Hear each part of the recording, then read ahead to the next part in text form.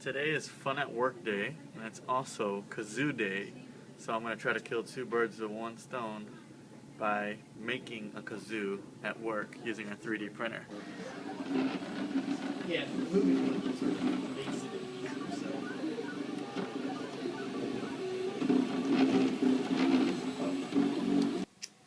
3D printers have been around for actually quite a long time. They've just been massively expensive. So.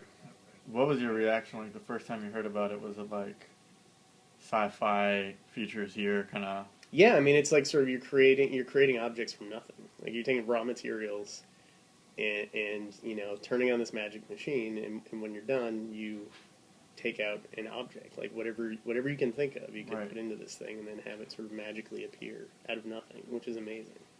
Putting like manufacturing into individuals' hands can be a powerful thing, and could sort of change, like the example we were just talking about. Like, why would you buy an iPhone case if you could print an iPhone case and customize it and do all kinds of fun stuff with it yourself?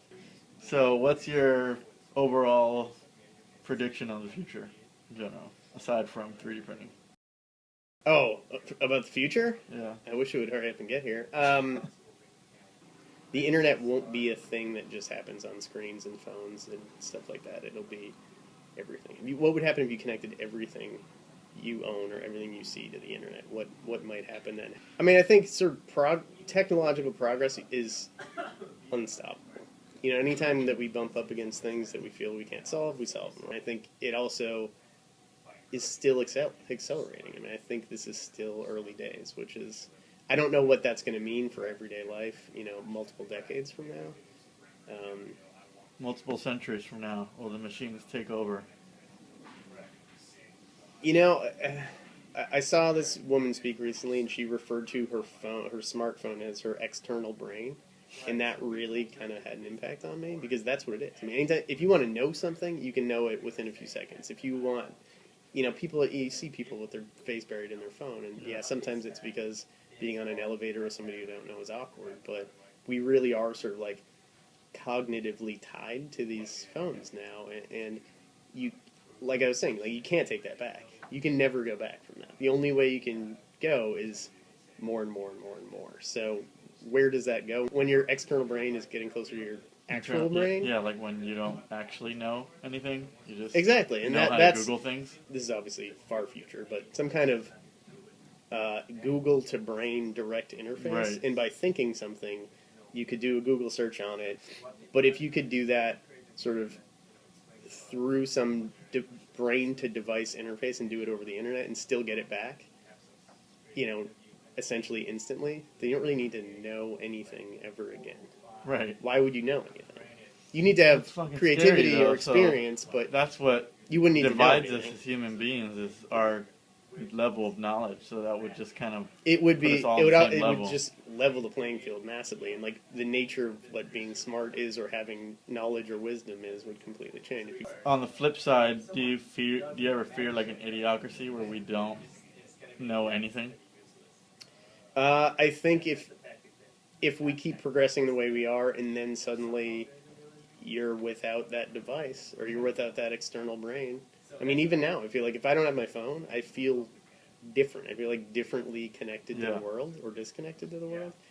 And that's sad in some ways, because I think people assume that means we're not really connecting to each other. Right. Maybe that's true, maybe it's not. But I think... I agree. I got that. I believe in you got to be where you're at. Yeah. I try to keep my phone in my pocket. And I think people not having to actually know anything is great, and maybe it frees up our minds to do all these other amazing things and like solve all the world's problems, because we're not, we don't use any brain power on like what's 8 times 5. But maybe we just completely lose any like initiative to solve anything because we're like intellectually lazy. So I hope it's the former and not the latter. Maybe we need to build the time machine to take us back to when nobody had technology. That'd be interesting. Then we all go back. It will be fun. It'll be basic. Yeah. We'll become Amish or something. Right. Yeah. So we tried to print the kazoo twice, and it didn't work. These are the pieces that are printed out. Still pretty cool. You could see it had the right idea. It's going to be, able to blow it through here.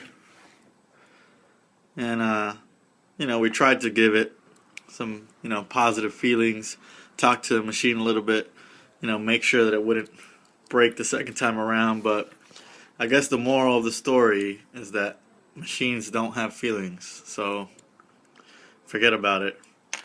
We will live to kazoo another day.